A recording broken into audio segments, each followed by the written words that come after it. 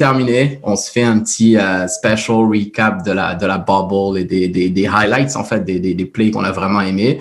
Donc, aujourd'hui, ce qu'on va faire tranquillement avec Yohan et Marine, c'est voilà, faire un petit top 3, top 4 des plays qu'on a beaucoup aimés. Marine, je vais commencer avec toi. Alors, tu avais le choix de différentes choses que tu as vues, des belles actions. On avait quand même du beau basket pendant les playoffs NBA. Alors, vas-y, donne-nous un de tes plays pour commencer, là, quelque chose que tu as vraiment aimé. Alors moi, mon premier, il n'y aura pas de surprise. C'est le bloc d'Adebayo sur Tatum. Game 1 contre Boston. Le contre est magnifique. Ouais. T'as une symbolique, c'est l'identité défensive du Heat que tu as vu là sur ce bloc. Ok. Tu vois vraiment que le Heat, c'est une équipe défensive. Sur ce bloc, tout le monde a bougé. Ouais, tout le monde est venu. C'est ça, en fait, ouais. Et ça montre aussi un peu les playoffs de Bam Adebayo. C'est-à-dire que même quand tu n'étais pas là, sur l'attaque, défensivement, toujours présent. Et ça fait plaisir de voir ça. Ouais, mais raconte, justement, c'est quoi ta réaction live quand tu vois ce play? Parce que moi, je m'en rappelle, mais toi, vas-y, parce que, hey, pour qu'on recap quand même, c'est un tight game. T'as Jason Tatum qui fait un drive, potentially for the win. Il y a beaucoup de choses à stake là quand même. Et comment vas-y, décris-moi un peu qu'est-ce que. Écoute, il est très tard dans la nuit à Londres. Je suis sur mon canapé, l'immeuble dort. Je suis en sueur sur mon canapé, je suis comme ça, tu vois. Et là, je vois Tatum qui part. Je vois des Adebayo qui arrivent. J'ai les mains derrière la tête. Et là, comme ça. Explosé. Ben ouais. Il y a pas de réaction. Tu prends ton téléphone et t'envoies un message, quoi. Tu prends ton téléphone, il y a des captures d'écran, il y a des petits messages, parce que j'ai des amis fans de Boston, donc il y a des petits messages qui partent comme ça, tu sais. Ouais, non, that was a nice play, je suis tout à fait d'accord avec toi. Il est ouf, il est juste ouf, tu vois. Il a la main cassée, limite dans le panier. C'est ça, ouais. En fait, c'est un dunk, tu vois, franchement, tu vois, genre, je pense qu'on en avait parlé même après, tu vois, dans un des podcasts, et genre, tu vois, tu te dis, le gars, c'est bon, il est... Tu te dis c'est fini parce que Tatum, il y a quand même une certaine force. Hein. Ouais, non, il est allé vraiment avec... Et après le play, tu regardes ta main, tu te dis j'ai mal pour lui. C'est clair. C'est clair. Comment il fait moi, je fais ça, j'ai la main cassée. Mais non, c'est clair. Et surtout, il n'y a pas faute. C'est ça, en fait. C'est un clean block, là. Tu peux pas argue. Et c'est ça qui était vraiment amazing, en fait, sur une action défensive aussi. Clutch, parce qu'on parle de clutch quand on parle de shot making. Mais il y a aussi des clutch defensive plays. Et ça, c'était vraiment super clutch, ce que Bam Adebayo a fait. Donc, clairement, merci pour ça, Marine, pour la première action. Yohan, alors vas-y. Mon gars, t'en as une aussi? Ouais, alors moi, j'en ai une. C'est une petite dédicace quand même pour toi, Don. C'est OG au buzzer. Yes. Tu vois, genre, en fait, c'est un peu mixé ces émotions parce que tu vois, j'en parlais avec un pote de Toronto, tu vois, qui me disait j'ai suivi et tout ça, mais quand les Raptors se sont fait jeter, j'ai arrêté de suivre, tu vois, la NBA. Donc, tu vois cette action-là. Déjà, la passe, tu vois, au-dessus de tout le monde. La passe où tous tes coachs te disent, genre, les lignes de passe, tu vois, t'as toutes les lignes de passe, tu vois, et qui mettent ça. Ouais. Mec, le shoot, genre, ça m'a fait vibrer, et genre, après, j'ai eu la tristesse. T'as eu la tristesse après, pourquoi? Ouais, parce que je me suis dit, tu vois, mais ils ont pas été plus loin. Tu vois? Tu vois, non, mais ils ont passé la série, gars. Ils ont passé la série, mais tu vois, genre, moi, j'attendais quand même beaucoup de cette équipe-là. On sait que. Ouais, je vois ce que tu veux dire. Ouais. Et tu vois, j'étais un petit peu déçu parce que c'est quand même devenu un peu mes chouchous. Tu vois, Toronto par rapport à plein de trucs et voilà, et de la ville et tout. Et ouais, le shoot, il est juste ouf. Ils sont menés 0. Enfin, non, c'est 0. Non, ils sont menés 2-0 là. C'est-à-dire, ils sont menés 2-0. Ouais. C'est-à-dire, il met pas ce shoot là, gars. C'est genre, It's barbecue chicken, tu vois. Mais oui. C'est genre barbecue chicken. Et tu vois, tu prends plus conscience de ça, c'est vrai, quand tu regardes. Mais le shoot, il est ouf. Ouais. The wrist, tu vois, genre, c'est lâché tellement rapide, tu vois. Et je l'ai regardé au moins, enfin, je l'ai remis en replay, tu vois. Et à chaque fois, je me dis, putain, mais c'est quoi cette passe? À chaque fois, je me dis, mais comment tu fais une passe comme ça? Non, mais et moi, je veux rebondir dessus, Yohan, parce que moi aussi, en fait, il était dans ma liste, donc tant qu'à faire, je vais en parler aussi de ce play. Et moi, c'était mon number one play. Pourquoi? Parce que, je sais pas pour vous, mais moi, techniquement, quand on voit c'est un game winner. Donc déjà, bravo. Mais au-delà de ça, moi, je fais une distinction entre quand tu as un game winner et que le game, à la base, c'est un tight game et que si tu manques le shoot, ça, hey, on va en overtime. Celui-là, c'est pas un tight game, là. Et quand tu remets les stakes en place, là, comme tu dis, les Raptors, ils étaient down 2-0. Coach Brad Stevens de Boston qui fait rentrer Taco Fall pour défendre le inbound, Taco Fall, le géant, et du coup, comment il s'appelle? Kyle Lowry doit balancer une prière, comme disait Joe J.D. à l'époque. Mais c'est vraiment ça, c'est un Hail Mary qu'il envoie. Et puis t'as OJ qui attrape ça et vraiment je vais toujours me rappeler, tu sais, je suis assis sur mon canapé et je suis déjà en train de faire le obituary des Raptors dans ma tête. Je me dis, we had a good year, it's okay, come on, bravo à Boston.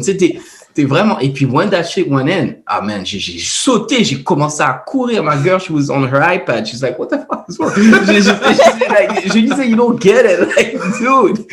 So, yeah, non, celui-là, ouais, il a une place spéciale pour moi parce que, wow, ça a redonné de la vie aux Raptors et regarde, même ils ont continué la série. Ouais, merci pour ça. Ouais, non, franchement, c'était un bon moment et et tu vois, même pour faire un petit genre on avait 20 minutes, tu vois, des actions.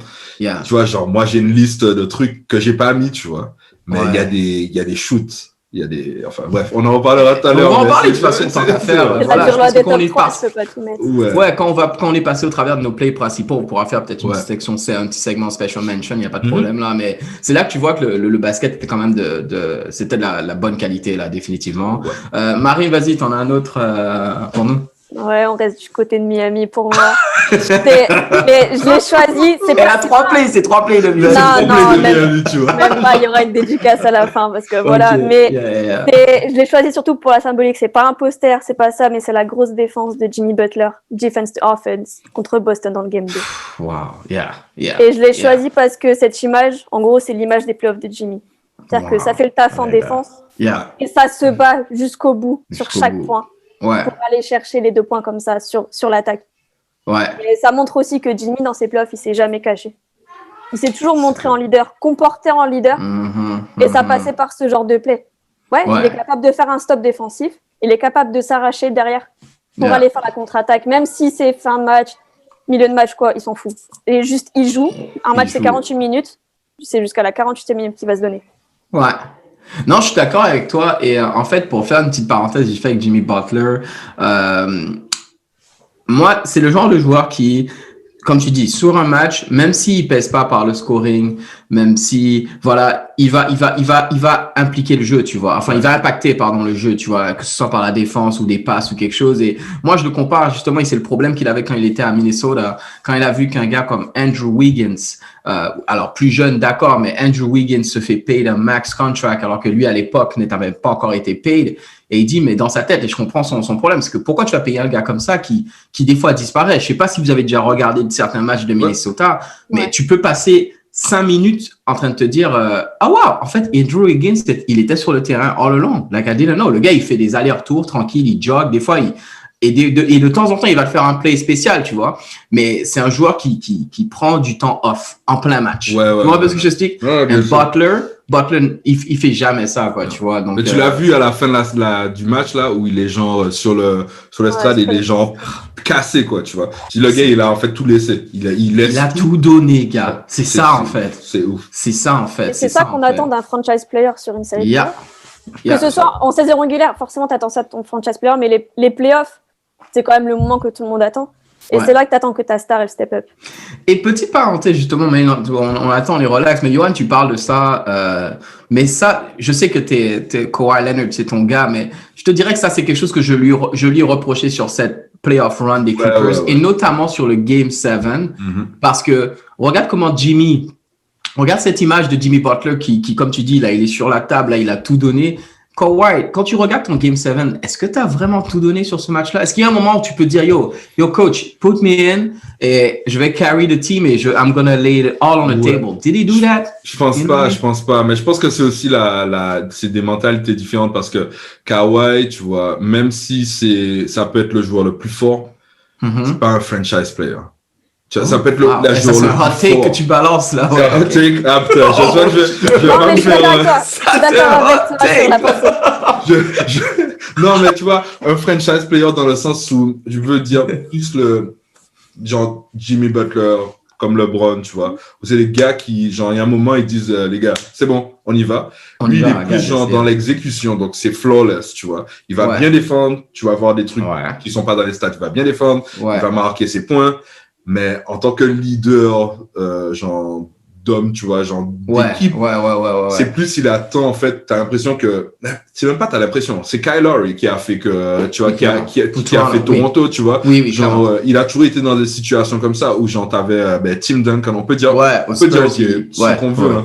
Tu vois, toujours le joueur, il est bon, mais t'avais toujours quelqu'un derrière, tu vois. Et c'est peut-être ceux qu'ils ont essayé de... Putain, pourquoi on parle toujours des Clippers? C'est ok, on fait un recap. Non, c'est ok. Il y a trop de choses à dire. Il y a trop de choses à dire, C'est peut-être ce qu'ils ont essayé de faire, tu vois, en ayant un gars, tu vois, genre Beverly ou un Lou Williams, tu vois, pour essayer de complémenter ça. Mais tu vois, genre, c'est all bark, tu vois, des barking, tu vois. Mais c'est ça qui a besoin... Kawhi, c'est-à-dire que Kawhi est un leader technique, il lui faut un leader vocal. C'est ça. Il lui faut quelqu'un qui va parler. Kawhi, il va parler sur le terrain, sinon c'est quiet. Tu lui donnes un leader vocal, un gars qui aboie, tu vois, genre, je suis pas fan du tout de Patrick Beverley. Mais dans l'exécution, dans le vocal, c'est un gars comme ça dont il a besoin, Kawhi. Il a besoin de quelqu'un qui va parler, qui va gueuler. Mais c'est clair, c'est pour ça que je vais shooter cette idée. C'est exactement ce que j'allais dire. J'allais shooter cette idée à vous. Parce que CP3 veut pas, il est sur le trading block.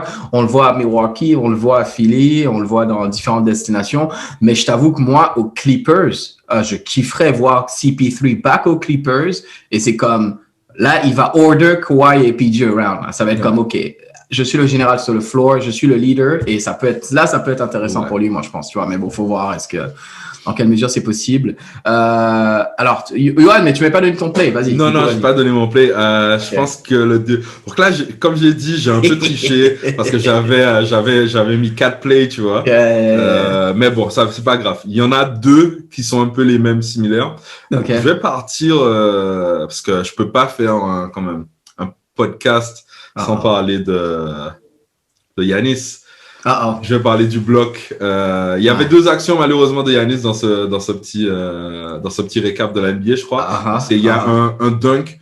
Bon, il met le dunk sur quelqu'un. Je sais même pas c'est qui le joueur. C'est un gars d'Orlando, je crois. Tu vois, mais genre le gars fait pas sa taille, tu vois. Genre, mais ouais. C'est bon, tu vois. Mais le bloc sur Jimmy Butler, par contre. That was sweet. Tu vois. Ouais. C'est sweet. J'ai rien d'autre à dire que il fallait que je mette Giannis en fait dans mon. C'était juste ça, fallait plugger. Fallait que je plug Giannis, tu vois, en tant que fan de Giannis, c'était vraiment. Mais c'était surprenant de pas avoir plus de plays de Giannis dans la vidéo de la NBA. Donc ça montre aussi peut-être que sur ces playoffs là, il a pas été le Giannis que tout le monde attendait, parce que normalement Giannis c'est des highlights, tu vois. Des comptes, des ceci, cela. Avoir que 2 actions de Giannis, je trouve ça un peu juste. Ouais, je crois que moi, je vais même plus loin. Je vais même plus loin et je suis d'accord avec toi, Marine, c'est que même l'action, justement, où il apparaît dans le truc et du coup, c'est un bloc de Jimmy Butler. Pour moi, rien que le fait que Jimmy Butler ait pensé à faire ça, ça voulait dire aussi que dans sa tête, pour lui, Giannis n'était pas aussi dominant. You know what I mean? Pour moi, c'est vraiment à ce point-là. C'est-à-dire que autant tu voyais, par exemple, l'impact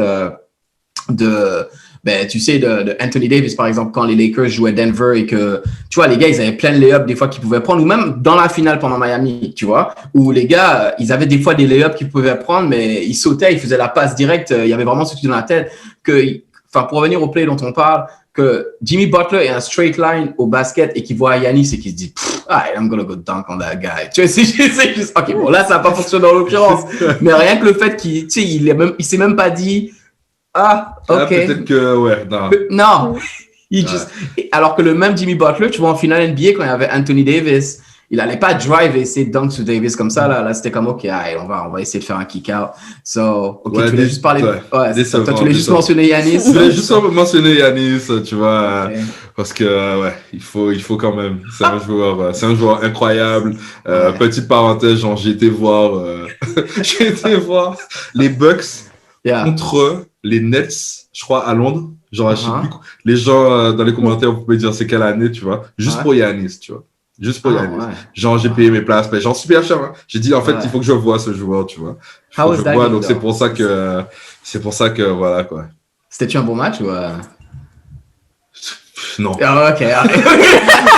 That's amazing. Ok, c'est bon, je vais Question suivante, s'il vous plaît. Je vais continuer sur ça. J'ai envie d'aller voir le score.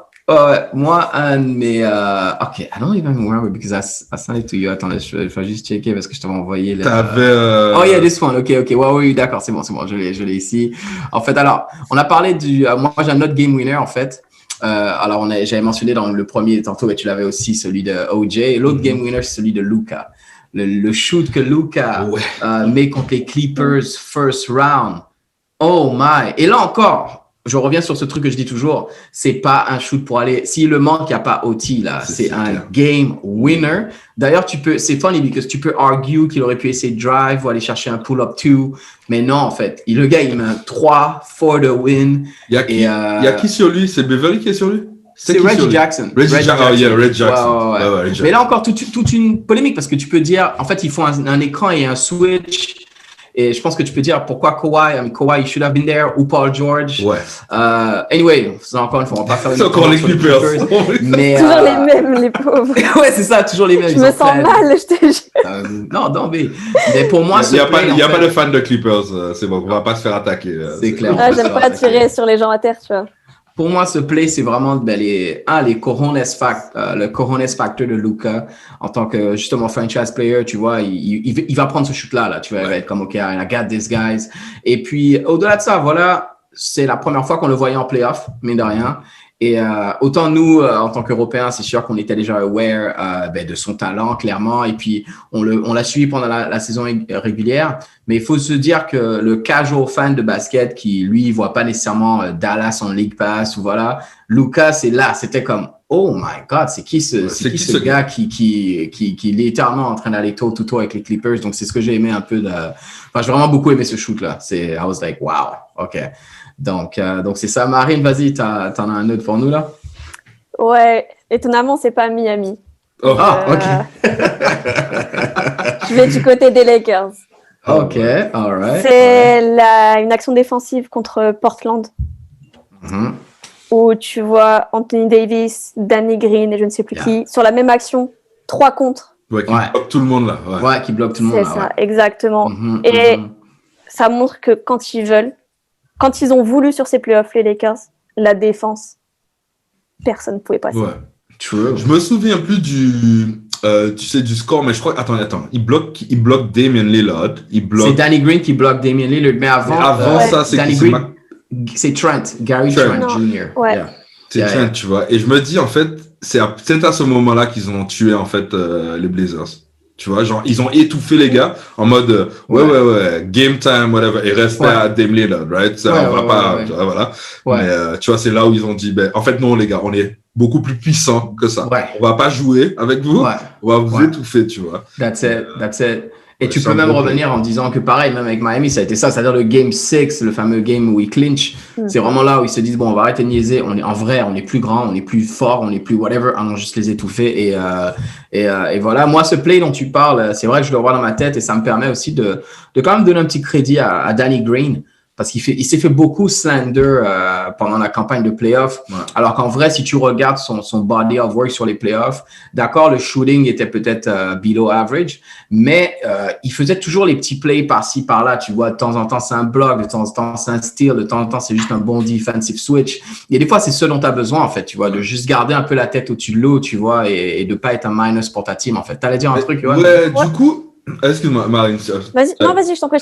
En fait, du coup, je me demandais, ça m'a fait me poser une question. En fait, qu'est-ce que les fans attendent de Danny Green, en fait? Dans le sens où... Ouais, vas-y. Tu vois, genre, on sait son apport, on connaît son apport sur toutes les équipes où il a été, tu vois? Et on se dit, en fait, tu vois, moi, je le regarde, tu vois, je regarde ce truc-là et je me dis, c'est parfait pour les Lakers, genre, de Phil Jackson, parce que, en fait, c'est le joueur du banc. Et Horry est un très très grand joueur, donc je vais pas le mettre dans ça, mais genre Devin George, even Fisher, tu vois. Et c'est les gars, en fait, tu te dis, en fait, tu le mets sur le terrain pour ça. Il va marquer, il marque pas, il va essayer de faire un truc, mais c'est pas genre il touche combien sur le salaire, tu vois? Genre, c'est pas comme si le gars, il prend... actually, en l'occurrence, Danny Green is earning a lot of money. C'est ça, on dit pas ça, faut pas le dire ça. Mais continue. Mais tu vois, genre, de mettre... si les Lakers avaient perdu, je pense qu'il y aurait eu déjà... Lui, il a reçu des menaces, ou ça a reçu des menaces. Les deux. Je dis, mais les gens, déjà, bon, ça, c'est ouf, mais en fait, pourquoi Danny Green? Mais pour moi, encore une fois, ça revient à ce problème dont on parle entre, tu sais, plus le casual fan versus des gens qui connaissent un peu le basket. Parce que, pareil, si t'es juste surtout en plus, les Lakers, il y a beaucoup de bandwagoning. Donc, si t'arrives sur la place et t'es un bandwagon Lakers fan et t'es comme, c'est qui ce gars-là qui est pas capable de mettre un shoot? Well, you don't know, bro. Like, tu sais pas ce qui passe, tu sais pas s'il est injured. Et puis, au-delà de ça, c'est les playoffs, c'est dur. Un shooter, ben, c'est souvent dans la tête, en fait, que ça se passe, tu vois. Quand t'es en confiance, on se rappelle de Danny Green, contre les Spurs, quand il jouait aux Spurs, là, il y avait une phase, un moment, je pense, le mec, il mettait 3 points sur 4 à chaque fois, quoi. C'était comme, OK, il shoot, it's going on. Mais quand tu commences à douter, c'est pas évident. Et justement, pour revenir à ce que je voulais dire, c'est que le casual fan, lui, ben, il voit pas que Danny Green, justement, il fait ce dont on a besoin de lui. Tu peux pas attendre plus de ce gars-là, en fait, tu vois. Et puis, voilà, c'est ça, en fait. Je pense que c'est un bon truc que tu as soulevé. C'est je pense que même il y a un moment, moi, je comprenais pas, en fait, pourquoi le joueur, il fait pas plus. Pourquoi il fait pas plus. Mais en fait, t'as un rôle. Hein. En fait, t'as un rôle, t'as un minutage et moi, je veux que tu fasses ça ce soir. C'est ça le coach, tu vois. Et est-ce que Marine, en fait, tu voulais dire quoi par rapport à... Non, je voulais juste te dire que, en gros, je pense que les gens attendaient de retrouver le Danny Green des Spurs. Sauf que ce Danny Green-là, c'était il y a un certain moment, on a vu que c'était pas il y a 6 ans. Mais même à Toronto, il était correct. C'est un streaky shooter. C'est ça le truc, en fait. Des fois, il est hard, des fois, il est pas hard. C'est ça, mais les gens ont en tête le Danny Green des Spurs et s'attendent à ce que dès qu'il change d'équipe, en fait, il retrouve ce niveau-là. Mais à bout d'un moment, il faut comprendre que les joueurs prennent de l'âge, que le jeu évolue, que les corps changent. Et c'est tout. Voilà. Maintenant, je pense pas que quand tu es coach des Lakers, tu comptes sur les points de Danny Green, tu dis tout ce qu'il met. Enfin, tu t'attends quand même à un minimum, mais c'est du volume. Tu te dis pas, Danny Green, on va compter sur ses points. Tu le mets. Ouais, mais non, c'est clair. Mais t'as dit un truc trop vrai. Il faut que les gens arrêtent de regarder des highlights et qu'ils regardent en fait, des matchs de basket. Exactement. Tu vois. Et puis, je vais vous dire un truc qui, et selon moi, je pense que vous allez comprendre un peu ce que je veux dire, parce que vous jouez tous les deux aussi au basket. Un coach va préférer, et même tes joueurs, en fait, les gars de ton équipe, vont préférer que tu prennes le shoot que tu es censé prendre, même si tu le manques, mais qu'il est dans le flow de l'offense, versus pas shooter parce que ça va pas dans ta tête. Et s'il y a un crédit que je vais donner à Danny Green, c'est que même quand ça allait pas et qu'il traversait tout ce qu'il traversait, s'il était open, même s'il il manquait 3 de suite, if you open, you have to shoot it. Parce que ta défense s'attend à ce que tu shootes, on s'attend, voilà. Donc, tu vois, il n'était pas en train de chicken out non plus.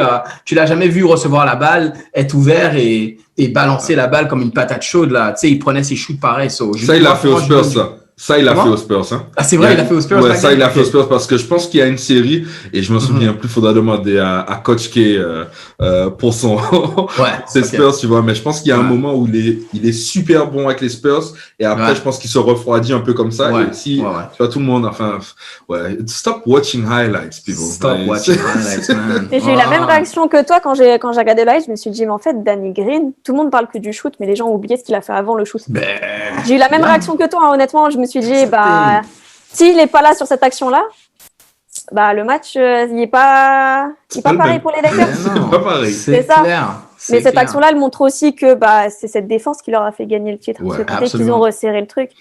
Ah voilà, Defense Win Championship. Et ça montre que les Lakers, ils sont aussi all-around, tu vois. Il y a de la défense, il y a de l'attaque. Qu'est-ce que... Tu peux rien... Quand tu es Lakers fan, tu peux pas demander plus, à part de mettre les shoots ouverts. Mais ça, après, c'est le basket. C'est, voilà...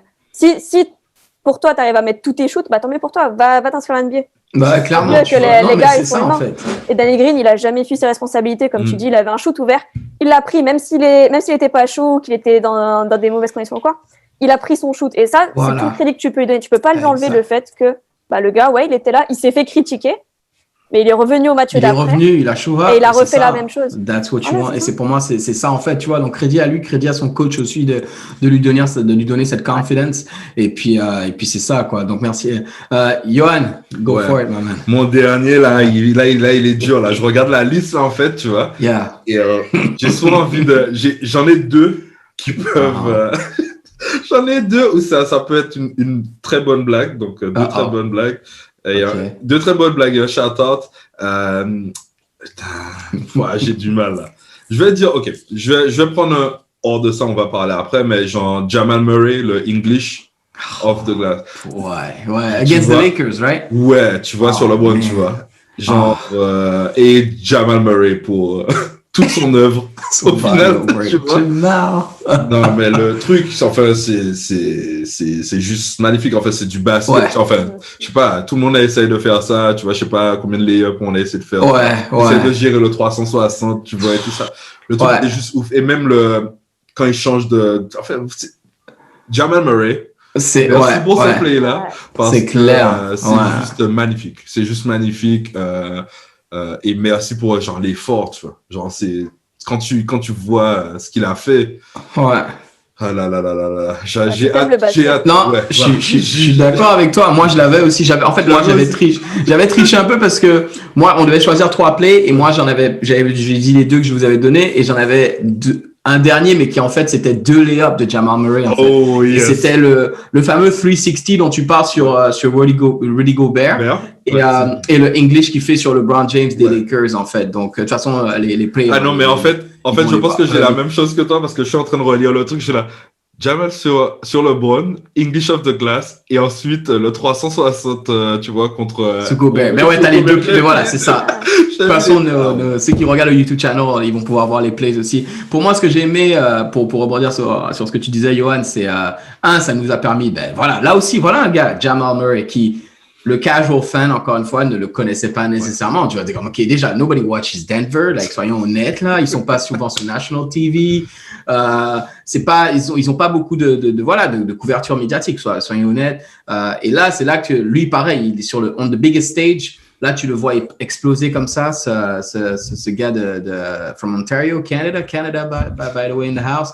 Et pour revenir sur les 2 layups, en fait, ce que j'ai aimé, c'est vraiment le côté unpredictable. C'est-à-dire, tu t'attends juste pas à ce qu'il fasse ça. Et le défenseur, mais voilà, il le fait sur quand même 2 bons défenseurs. LeBron James pour 1 et Rudy Gobert. Celui sur LeBron, tu te dis, mais attends, what? Et là, je me rappelle quand je le vois, je fais, wow. J'ai juste besoin d'un replay quand aussi en background qui est comme, ah ouais. Quand il l'a fait, tu as juste besoin de revoir un replay pour bien comprendre ce qui s'est passé. Ouais. Et c'est là que tu vois, justement, avec le replay, tu vois le niveau de difficulté que c'est parce que, comment. Et puis, pareil, le 360 layup sur un gros défenseur comme Gobert, ça aussi, c'est extraordinaire. Ouais. Le guts, c'est le culot qu'il faut avoir pour tenter un truc comme ça. Enfin, voilà, quoi, tu vois. Donc, Jamal Jamal a une grosse mention là. Il a fait une mixtape sur ses playoffs. Ah ouais. Mais